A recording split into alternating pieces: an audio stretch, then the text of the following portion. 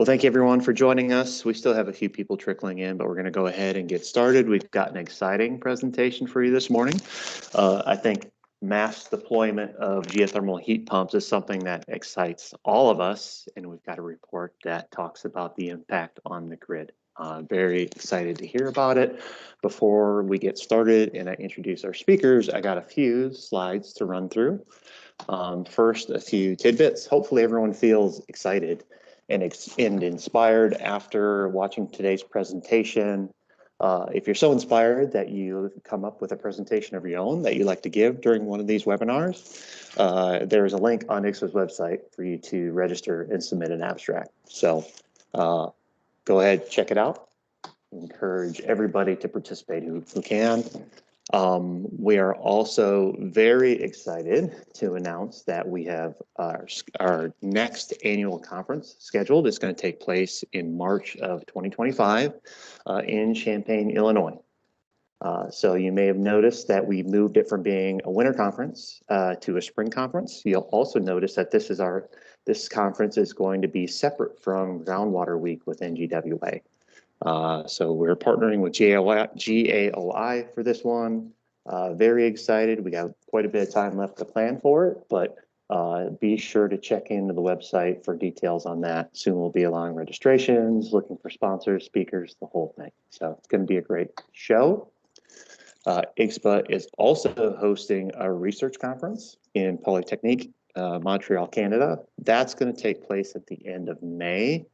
44 papers have been accepted and will be presented at that research conference. There are details up at the website, and I believe registration is going to open up here very, very soon. But check the website for details on that. Lastly, the Geo Outlook magazine is back. Those of you who have been around and members of ICSPA for a long time know and love this publication. The January edition was recently sent, I believe last week, maybe 2 weeks ago. You see a lot of great articles in that publication. There are many advertising opportunities, etc. So I encourage everybody to check it out if you haven't seen it already. ICSPA has partnered with BNP Media to publish and distribute this publication. So between ICSPA's mailing list and BNP's, this Geo Outlook reaches more than 50,000 people. It's pretty great. So if you've got ideas for articles that you would like to publish in that, reach out to ICSPA as well. info@icspa.org is the address where you can reach out. And lastly, anybody who's an active ICSPA member, I encourage you to check out the member portal section of the website. Get your login ID and password, and you can see some things behind that that are only available to active members. Got new member marketing resources. We've got the electric grid impact study available for download, and lots of other stuff. So I encourage you to check that out as a member. All of these webinars are available for CEUs. So for those of you who have attended today and are interested in collecting CEUs for attending, you can simply post as such in the chat window, or you could probably send an email to ICSPA after the fact. Just make sure you include your name and your email address, and they'll follow up with a certificate for you.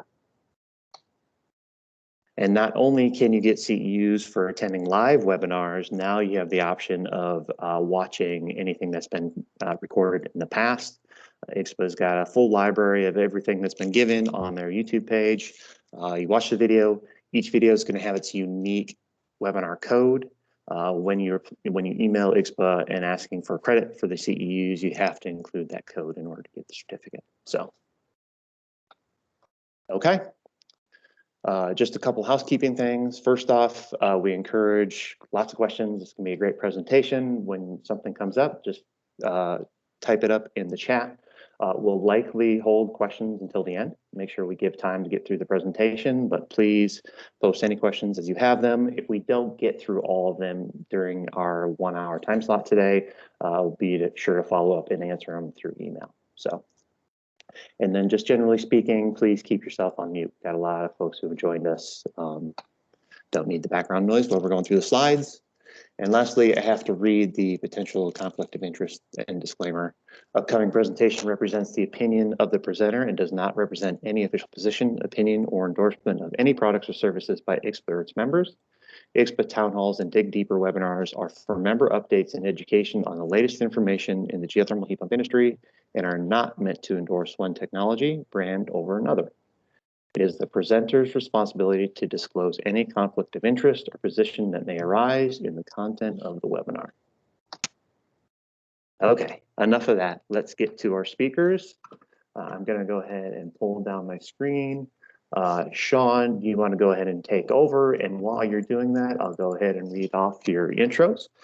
Today, we are joined by Sean Porse and Jeff Winick. Sean Porse is the Data Modeling and Analysis Program Lead with the U.S. Department of Energy's Geothermal Technologies Office, where he leads GTO's efforts in identifying the value of geothermal analysis in a rapidly decarbonizing grid, crafting strategic research and analysis that informs and prioritizes GTO RD&D investments, as well as cultivating technology collaboration opportunities across DOE. Sean also leads the GTO American-Made Geothermal Manufacturing Prize, a $4.65 million competition that seeks to leverage technologies like additive manufacturing to catalyze geothermal manufacturing innovation. Prior to his current role at GTO, Sean served as a special assistant at the White House Office of Management and Budget, a research scientist at Pacific Northwest National Laboratory, as well as policy and regulatory specialist with the U.S. EPA. He holds a master's in geology from the University of Texas at Austin and a bachelor's in geology and environmental science from James Madison University. And Jeff Winick. Mr. Winick is a technical advisor to the U.S. DOE. He has over 18 years of experience in energy, mineral, and water resource management. Most recently, he was the lead author and project manager for DOE's GeoVision study and was instrumental in the development of the GTO's strategic multi-year program plan. In addition to geothermal-focused work, he provides technical analysis and project management support in renewable energy grid valuation and critical materials. Jeff has experience in leading technical teams, interdisciplinary project management, and international experience in geothermal and mining development operations. He holds a master's degree from New Mexico Tech and a bachelor's degree from Franklin and Marshall College. New Mexico Tech, that's the miners, right, Jeff? I had to look it up before we started today. Okay, without that, Sean, Jeff, I'll turn it over to you. Great. And Ryan, just confirming you do see slides from my end. Perfect. All right. Good. Well, yeah, I gotta say we're getting like a virtual, like what we experienced at the back in Vegas last year, which was a really large and engaged and interested audience for this talk. For those of you who we met last December, that was my first IGSBA general meeting opportunity, and so it was really wonderful to meet the community, engage with the community. We look forward to doing more of that. This is the first, I would say, foray back into that space. We're returning here in the new year. We really want to hit the ground running, and we're really excited, Jeff and I, to talk about the results of the Mass Deployment of Geothermal Heat Pump Impacts Report that we published in late 2023, and of course announced at the IGSBA general meeting last December. Just a shameless plug. So the Data Modeling Analysis subprogram, we're part of the Geothermal Technologies Office, which is of course a part of the U.S. Department of Energy. Jeff and I on a day-to-day basis are really interested in the underpinning analysis and capabilities development to make sure all geothermal technologies, power side, heating and cooling side, are robustly represented within the DOE ecosystem of how we tell the story about a decarbonized future, but also outside of DOE, getting it out to the public, coming out to you all, talking about that. That also only works if we get data and insights from you all. You all are the holders of a lot of really valuable insights, research, applications. Please consider this to be an open invitation to talk to Jeff or I during here or after the call. We want to collaborate with you all because that's how we can better inform an opportunity to really deploy what we feel is a massively underutilized resource within the geothermal heat pump space. And we're really excited to tell you how we feel the vision can be put forward in a big way. So with that pitch, I'll go ahead and proceed through the presentation. The way we're going to work is I'm going to do a couple of the first slides, and then Jeff's going to dive into some of the details and the meat of the report. But we don't want to bury the lead here. This is sort of, if we had to distill down to three things we're really excited about from this report, what we found is the mass deployment of geothermal heat pumps means a lot of good things for the United States. It means we're eliminating almost 44,000 miles of transmission required to meet 100% decarbonized economy by 2050. That's equivalent to 44 SunZia projects, which of course we're really proud to announce, of course, the breakthrough and agreement of that in the recent past. Those are multi-billion-dollar investments and require years and years and years of planning and careful consideration from a number of parties. Our ability through the humble geothermal heat pump to actually make this a system-wide and society-wide opportunity for actually achieving our decarbonization goals, reducing the need for infrastructure to meet that equivalent goal. That's what we have found, and that's what we're really excited about from a grid standpoint. It also means over 400 gigawatts of nationwide generation capacity is no longer needed to meet the future demand case of the United States from a decarbonized grid standpoint. This also means, right, we know that there's seasonal grid resilience challenges. We're already dealing with summer peaking challenges. In parts of the country where you may be in already, winter peaking will also becoming an emerging challenge for a number of utility markets. We know that ground source heat pumps, geothermal heat pumps, offer that seasonal resilience to, again, bolster the U.S. grid. And then finally, along the way, we're talking 7 gigatons of carbon eliminated from the grid by 2050. This is equivalent to all of the U.S. emissions that we produced in 2022. So these are big numbers. This is what we're really excited about. We'll dive into more of the details, the assumptions, where we want to go with this in the coming slides. So the motivation here, we actually had a geothermal heat pump 101 slide in here. We took that out because this is not an audience that requires that background. You all already know, right, about the opportunity that ground source has for providing a resilient and reliant and clean source of heating and cooling for a home, for communities, for any number of scales. It's an eminently scalable technology. We all also knew this. This is something that we have been messaging for a very long time, supporting from the department side. What this really tried to attempt to get at, though, is realizing what those benefits meant for the grid, producing significant cost savings and carbon reductions. It's been implied in a lot of different studies, but this was the first study that we took in tandem with our partners at the National Renewable Energy Lab and Oak Ridge National Laboratory to really understand how could we explicitly quantify that value and translate that to a system-wide benefit that then shows why when you scale a technology like ground source heat pumps, you're making a very, very big and unique impact opportunity. So in order to do this, we use the skills and expertise from NREL and from Oak Ridge to understand the effects of load profile changes by switching from conventional heating resource to geothermal heat pumps. What effect would that have on the building's electricity use and emissions? Scale that to a mass deployment scale, understand what that change means for those buildings, and then explicitly integrate that into our grid side modeling programs that labs like NREL have a lot of experience, prowess, and development within. So that linkage from the building to the grid application, that's the new linkage that a lot of folks, including the labs, have told that building side story. And there's a ton of value in that. This attempted to do that explicit handshake between the system-wide grid benefit and that building level impact. So just to go into a little bit, I'm going to touch on a couple things here, what we did cover, what we didn't cover, some places where we need to sort of think about for future work. But the scenarios we sort of thought about when we modeled these changes, one was you would call it your business as usual case. Under the assumption that there's no national carbon policy between now and 2050. There's no policy shift that means there's incentives for ground source heat pumps or any demand side or generation side technology to accelerate their deployment.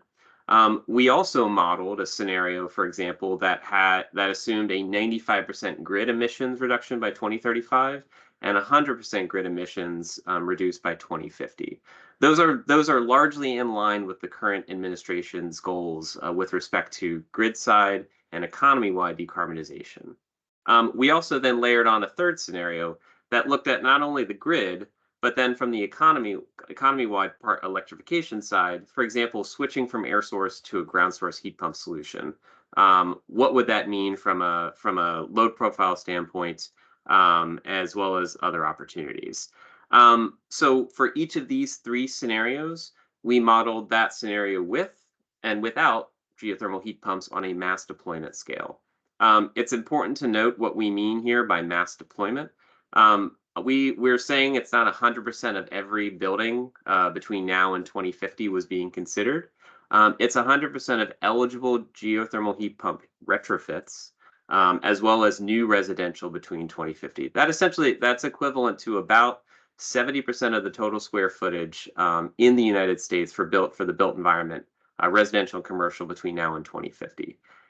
It does not include mobile homes. It does not include systems that are already hooked up to a district heating system, for example. Homes that already have ground source heat pumps as part of their solution are also not included in this study. We also assumed something on the order of a linear deployment rate for geothermal heat pumps in order to meet that 70% of square footage coverage across the United States between now and 2050. You could assume, however, right, that under different policy scenarios, IRA, state level incentives that we're sort of seeing, there's certainly inflection points in those deployment curves that could absolutely be included. So again, we had to make some simplifying assumptions in order to run the models and not overload the CPUs that they're being provided with. But ultimately, the story that Jeff's about to dive into is a really exciting one, and it's one that we're proud to sort of land on. And we also know that there's more work to go to tell the story, for example, about costs. We did not cover costs as part of this. This was strictly a value-based exercise to understand what the opportunity and the motivator was there. So with that, Jeff, I think I'll turn it over to you, and we can go through the findings and implications. Okay, thanks, Sean. Can you all hear me? Great, just confirming that. So yeah, thanks. Yeah, as Sean mentioned, we're excited about these findings and implications, and I'm going to walk through those now. So mass deployment of geothermal heat pumps really, I think you'll see, offers us this important pathway to decarbonize the U.S. future, so the energy future. So what is it that they do? Well, they increase economic value, they increase consumer energy savings, and important to this community especially, and I'm sure you're all aware, they increase opportunities for clean energy jobs in manufacturing. And they can do all these things while lowering emissions and reducing nationwide electricity use and reducing grid capacity and infrastructure requirements. So let's go to the next slide. And because they can do all this simultaneously, they're a very important renewable technology that decarbonizes buildings and the grid while also increasing consumer energy savings. So that's actually quite a feat. So I will walk through how we are getting at some of these numbers, but first and foremost, I'll keep hitting this as well. We want to just emphasize that geothermal heat pumps are primarily an electric grid cost reduction tool and technology. So are they important for the homeowner? Yes, absolutely. They lower costs once payback periods have been met, and they lower electricity use. They lower they lower on-site carbon emissions. But as I think you can see in these pie charts, and again, we'll dive deeper into this, the primary benefit is really in the value that they provide to the grid. And they're creating this value at the grid because they're avoiding the need for a substantial amount of generating capacity, storage, and transmission expansion. And so when you sum this all up, they have huge economic value. So when we say value here, we're meaning the value as cumulative wholesale grid cost savings, fuel cost savings, and the value of avoided carbon. So we'll come back to this slide at the end, and I'll walk you through how we get to some of these numbers. But just to state up front, in 2022, we calculate a present value of $1.6 trillion, and in 2050, a present value of 5.3 trillion. And again, as Sean mentioned, we did not consider the costs to achieve this. This is the value part of the equation. So that's definitely, the cost is something we want to be focusing on and moving forward. So we'll talk a little bit about that at the end. So next slide, please. So when we electrify building heating and cooling, we're going to reduce or eliminate on-site building emissions, as I think you all know. And that's what this map on the right is showing with GHPs. So every county in the lower 48 is seeing some level of on-site CO2 emissions reductions. And overall, it's very significant. But the important point here is that GHPs also can eliminate emissions from the grid. And if you can just advance to the next animation here. So the graph that's shown here is the modeled trajectory of CO2 emissions from the base scenario in blue.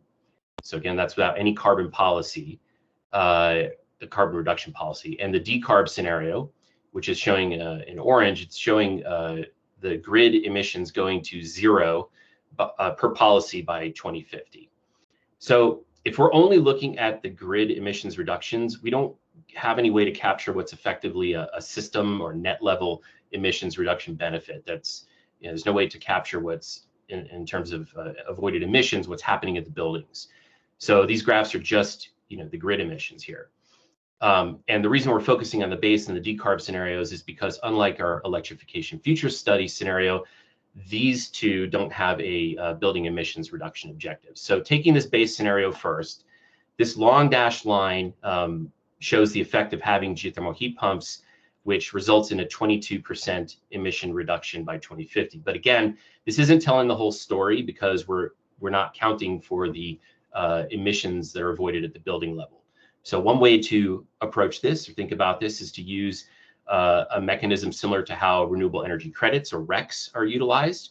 So we apply an assumed market mechanism that allows us to transfer carbon reductions from one end use, i.e. the buildings, to a different end use, the grid.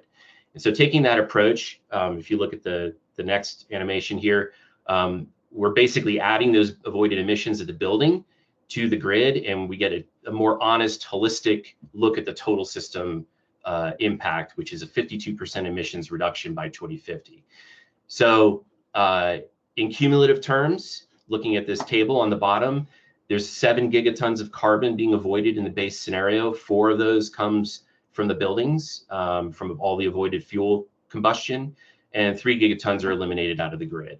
So again, I want to emphasize, we're not doing anything here other than just deploying geothermal heat pumps at a mass scale, no carbon reduction policy, and we're still eliminating more than 7 gigatons of emissions out of the system, which is huge.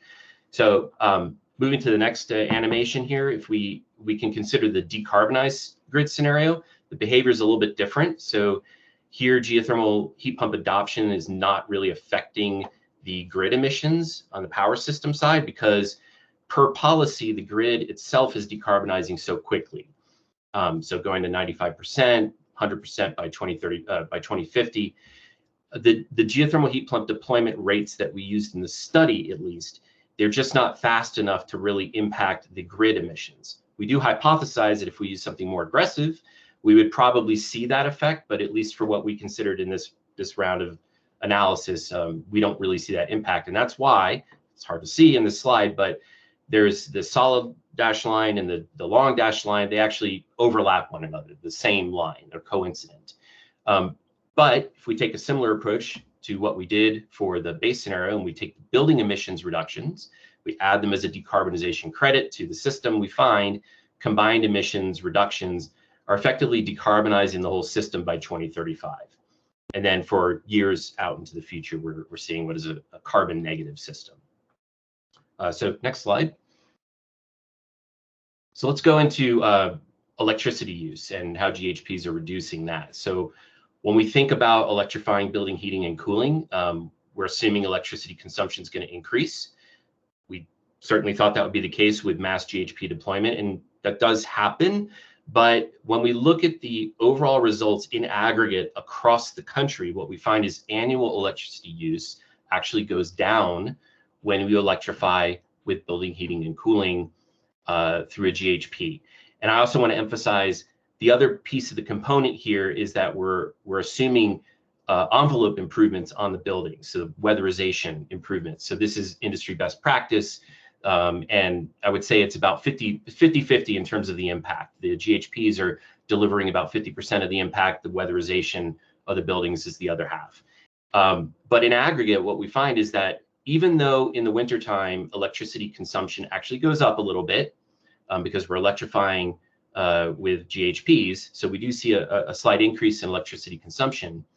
That increase is offset in the summertime by the increased efficiency through cooling. So we're swapping out conventional HVAC cooling with much more efficient GHPs, so that in aggregate across the country, we see very large savings in electricity consumption. And in fact, there's really only 2 states where we see a slight increase, Maine and Vermont, and they're relatively small in terms of scale as compared to the large savings that we're seeing in the rest of the country. Let's go to the next slide. So when heat pumps are deployed at scale, they're going to reduce just about every cost category of building and operating the grid. And this is most prominent in terms of the avoided generation capacity and the transmission, which I'll show in the next slide. And we can see just how impactful this actually is when we put it in context of the large decarbonization and electrification challenges that are ahead of us. So this is a plot that's showing new annual capacity additions through time. Those are the stacked bars. It's 100 years worth of data on this plot. And the stacked bars from 1950 to 2022, it's all historical EIA data on new annual capacity additions. And then moving forward from 2022 beyond, the red bars are showing the projected growth of those additions based on our modeled scenarios. And then those boxes, those empty boxes at the top are just showing how much capacity additions are reduced or eliminated as a result of deploying geothermal heat pumps. And then finally, we have the solid line, which pegs against the right-hand y-axis, and that's showing, it's tracking the cumulative growth of the national installed capacity through time. And then you can see from 2022, there's a little dashed line extension, and that's just showing how that capacity growth is reduced through GHP deployment. So the solid line is without GHPs, and the dashed line is showing what happens with GHPs. And so what we see is that with deeper and more aggressive amounts of grid decarbonization and electrification, the impacts of deployment become more and more significant. So in 2050, we're seeing 345 gigawatts of cumulative capacity in the grid decarb scenario that's shown here. If you go to the next animation, we see what happens in an electrification future study scenario, that decarb scenario. We see 410 gigawatts of avoided cumulative capacity. Next slide. And if we now look at a little bit of the detail of what capacity is actually being avoided, we see that it includes things like batteries, combustion turbines, both natural gas, that's shown in the purple in the base scenario, and hydrogen combustion turbines, which are envisioned as a potential renewable hydrogen, quick ramping solution to balance loads on the grid in decarbonized scenarios. And we're also avoiding large amounts of solar PV and wind. So in summary, GHPs are eliminating more than 65 gigawatts of gas turbines for all scenarios, whether that's coming from natural gas or hydrogen. And it's eliminating significant amounts of wind capacity for the base, decarb, and the EFS scenarios. So again, same story, deeper, more accelerated decarbonization and electrification, and the impacts to the grid become increasingly substantial. So next slide. As you can imagine, all that reduced capacity translates to much less required build out for transmission, right? So these results here are showing in blue the business as usual, or a base scenario case for what transmission build out looks like out to 2050.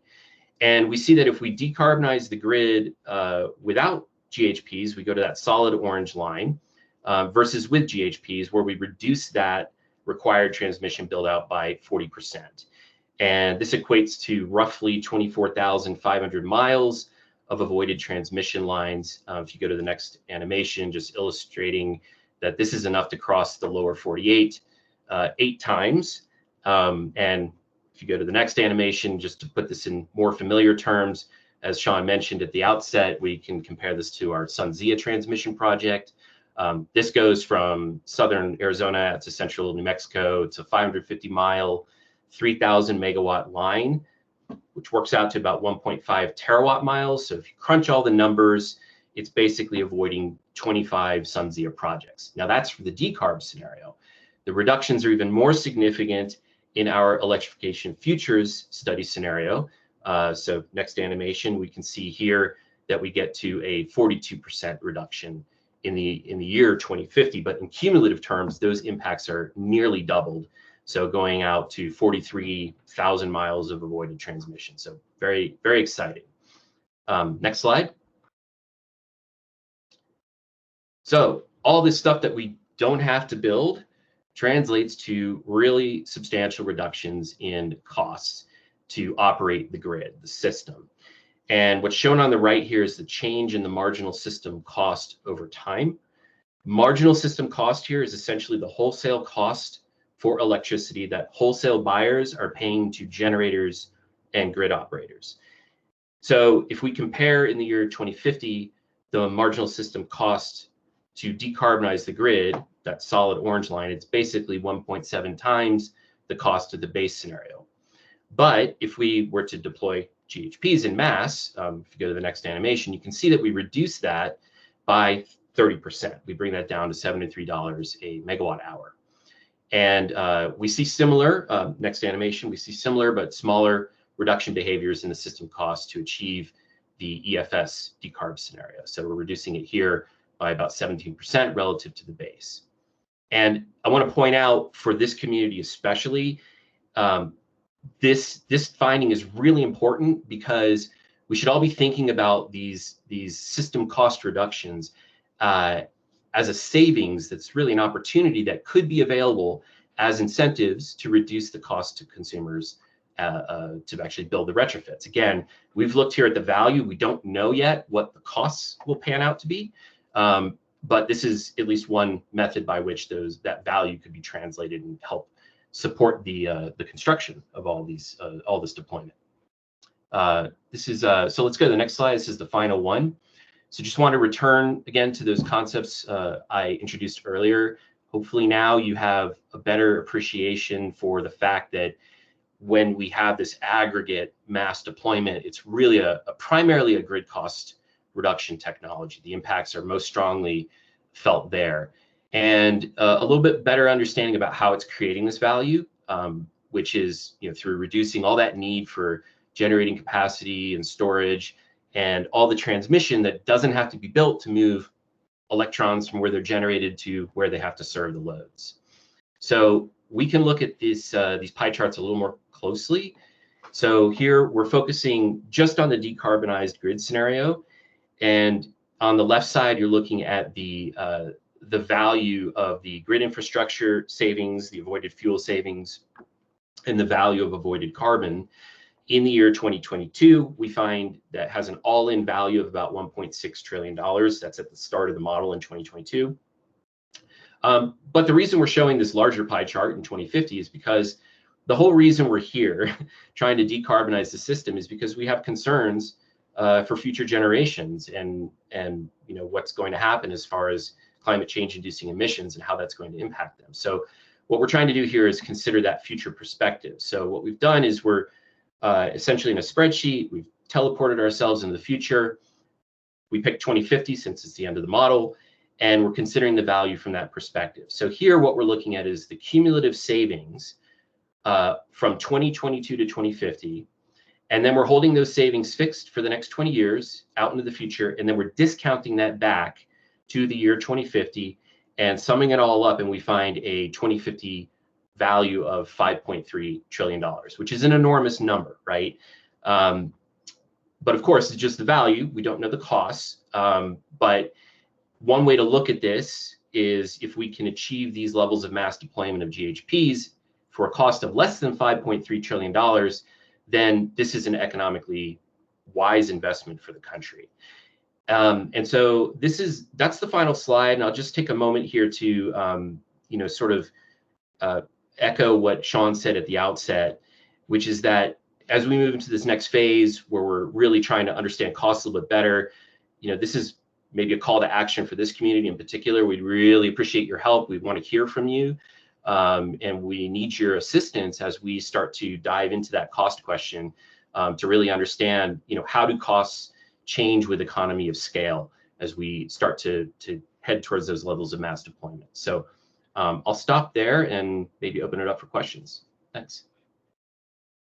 Great. Thank you so much. This is such a great presentation, so impactful and important for our industry. I think I was most surprised by the estimate of infrastructure saving. It's amazing. We do have a handful of questions in the chat. I'll run through them in order that we received them. So first, Lily had asked, what energy efficiency assumptions did you make for retrofit geosystems as part of your analysis? Go ahead, Jeff, if you want to answer that. I guess the question is the question referring to like things like what coefficient of performance were we assuming for the heat pumps? Likely, yeah, to quantify the amount of energy savings.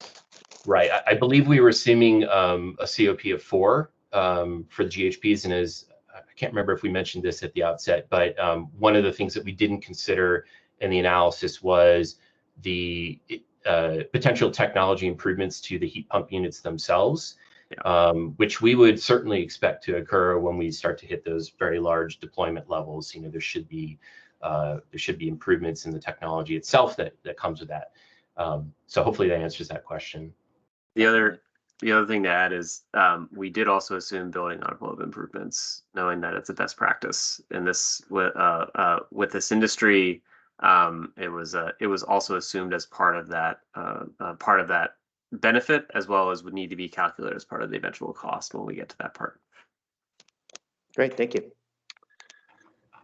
Victor had asked, does base scenario include IRA boost to the ITC 179D or other geothermal heat pump incentives? I'll take a stab at that. No, none of there was no consideration of any new tax incentives or any new policies that we're seeing as far as incentives for heat pumps. So in many ways, this analysis and these results, for example, I'm not sure if you mentioned this, Sean, but we didn't consider hot water heating with a GHP, right? Which is maybe low hanging fruit for an add-on to a system, right? So in many ways, this you might consider this analysis sort of the floor of how large these impacts could be. Indeed, large they are. Okay, Bob Wyman, did the study consider the value of reduced wind generation curtailment because heat pumps increase load during periods now typically off-peak? For example, at night and through the winter, they will reduce the frequency of wind curtailment and thus reduce the average cost per kilowatt hour of wind power.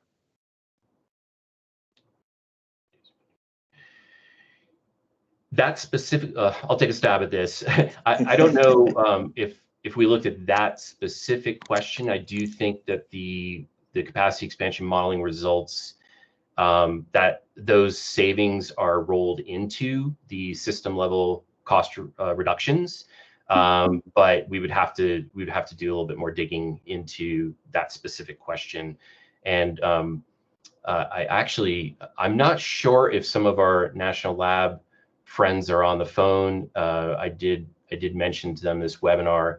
So if Xiaobing or Jonathan, who are really the point people in doing all this analysis, are on and they want to take a stab at answering that, by all means. Otherwise, we're happy to circle up and get you an answer on that, Bob. Yeah. Okay. See, Xiaobing is on. Would you like to unmute and chime in? Feel free.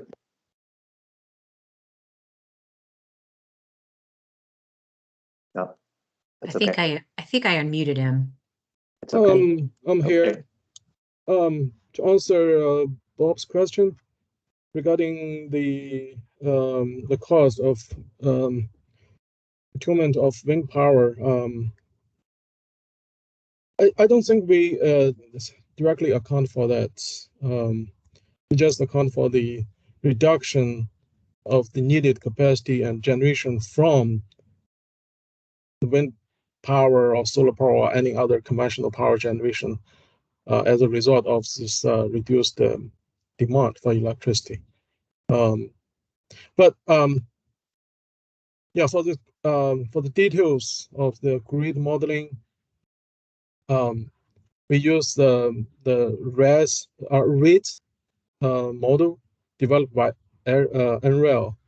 So I could double check with my colleague at NREL to see how exactly they account for the cost of wind power. Maybe just one thing we observed though that was sort of surprising to us, which was, and I'll go back to the slide here really quickly. This light blue column of curtailed onshore wind as a result of under a accelerated decarbonized policy scenario / decarbonized by 2050 scenario meant there's a complex interplay that the capacity expansion model reads has to undertake in order to understand a least cost best fit across the nation when it's sort of modeling outlooks for where it wants to expand capacity and why.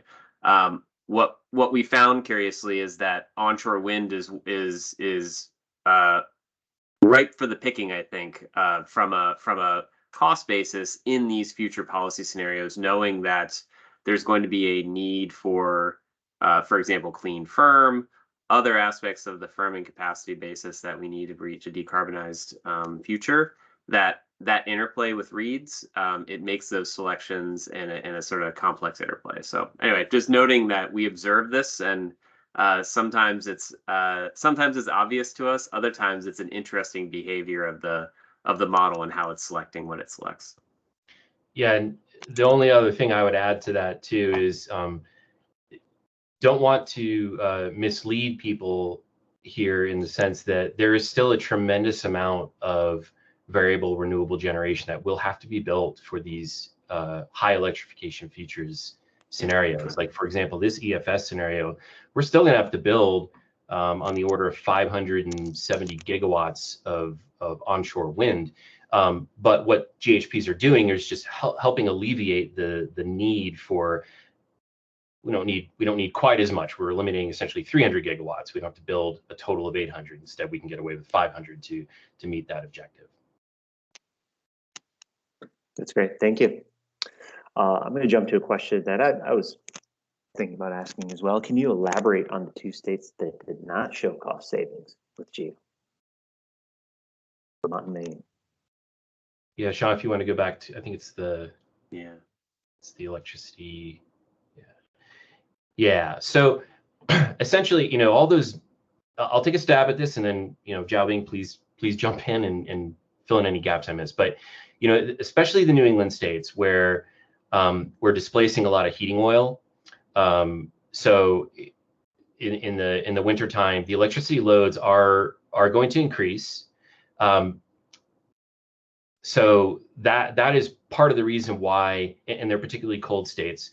So that's part of the reason why the electricity consumption goes up so much. The reason it's not counterbalanced as much as other portions of the country by the summer cooling savings is I would interpret this as those areas of the country largely not having as much conventional cooling installed that's being offset in any case. So you're just not getting as much, not quite as much of a savings. But again, just to emphasize, we're only talking about a 5% increase in electricity versus large swaths of the country which are seeing near 30% savings in consumption. That makes sense. Thank you. Did you assess how much of the benefit seen from geothermal installation comes versus building weatherization? Like how big of a piece of the puzzle was weatherization versus geothermal?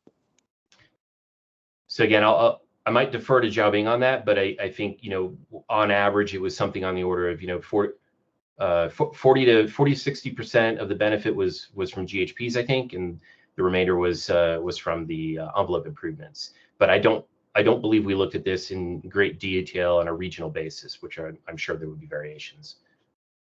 Yeah, the contribution of the weatherization in single-family homes depending on the location, because infiltration will have more impact to the heating loads when the ambient temperature is cold. So if you talk about building in Northeast, then the infiltration impact could be 50% of your energy consumption. So if you can reduce that infiltration, yes, it will contribute more to the reduced electric demand. But on the other hand, if you reduce infiltration in location with mild weather, that means you may increase a little bit your electricity consumption because the infiltration at this climate can provide free cooling. So on the other hand, if you go to the location with very hot summer, reduced infiltration may reduce your electric demand, but it's not as significant as in the cold climate, because in the summertime, your temperature difference between outdoor air and indoor air is only maybe 20 degree F instead of maybe 50, 60 F in the winter time. It really depends on different location in terms of the contribution of the weatherization. Makes sense. Thank you. Given that from the state maps, the savings for at least some states are small, what happens to the model results if deployment is only primarily adopted in the states that see something more than 10% electricity savings? In other words, what if you limit this to not only the Southeast?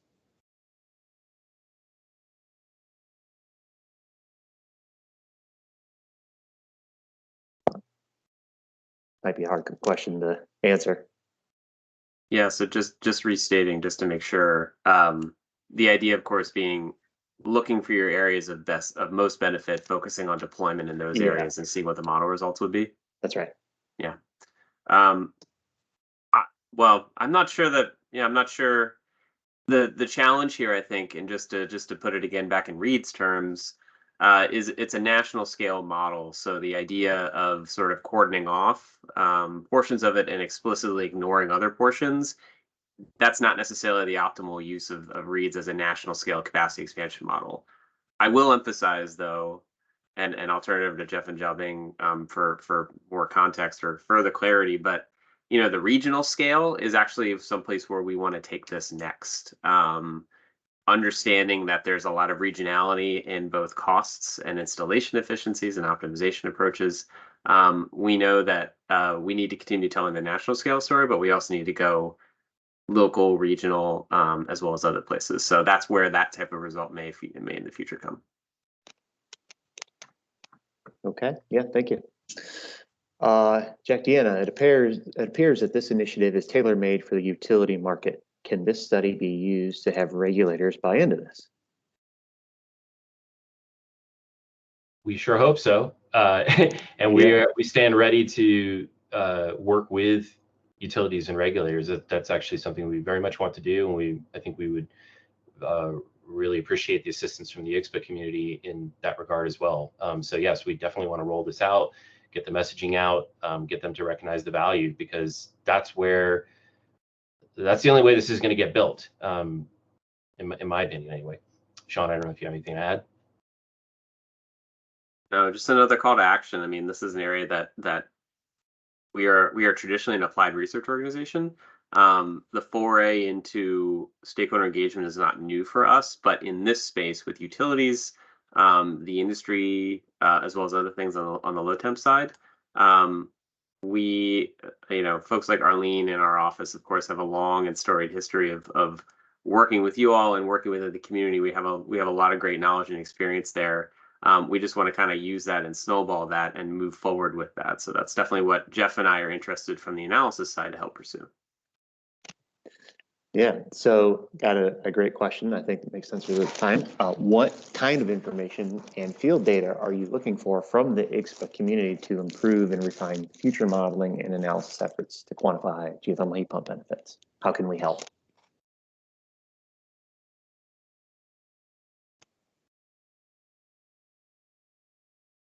So I think I'll take a stab at this. there are others on our team who've been really spearheading this effort, who can speak better to this, and maybe a action item on the back end of this is for us to organize with some specific people in this group follow up. But I think getting updated performance data and understanding actual market data on GHP shipments are two key things that will be really helpful. And so maybe, yeah, I don't know if there's other things, Sean, that come to mind for you, but those are two initial ones. I think regional performance data, regional cost data, you know, attributable, non-attributable. These are the things that help us bring more specifics. And I think Xiaobing has his hand raised. I'm not sure if you want to contribute further any specific performance characteristics or things that'd be desirable from the community here. Yes, thanks for the question. I can go a little bit in the weight regarding, what we need to do this further cost analysis. The cost of GHP, depending on equipment cost, labor cost for installation, and most importantly, the cost and the size of ground heat exchanger. So those things are regional, right? If you want to really understand what's the cost to deploy this GHP, we need all those three sets of costs at regional level. And to size this ground heat exchanger, we also need to know the regional ground thermal conductivity. In our analysis, one of the limitation is we just assume a kind of average ground thermal conductivity in whole country when we size ground heat exchanger. But for this particular analysis, maybe it's not important because anyway, we just need to know what's the performance of the ground source heat pump and then determine what's the energy savings. But if we want to go to the cost analysis, we really need to know what is the ground thermal property at a given location and what's drilling cost. Then that can be translated to the total system cost at different area of the country for the GHP implementation. So that to me, I think is very important information if you want to do the cost analysis. It is quite a challenging task. Definitely. Okay.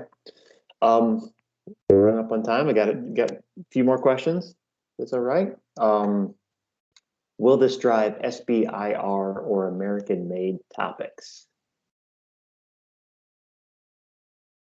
I can take that one, Jeff. Yeah, I think we should definitely be thinking about this, right, as not an initiative in isolation.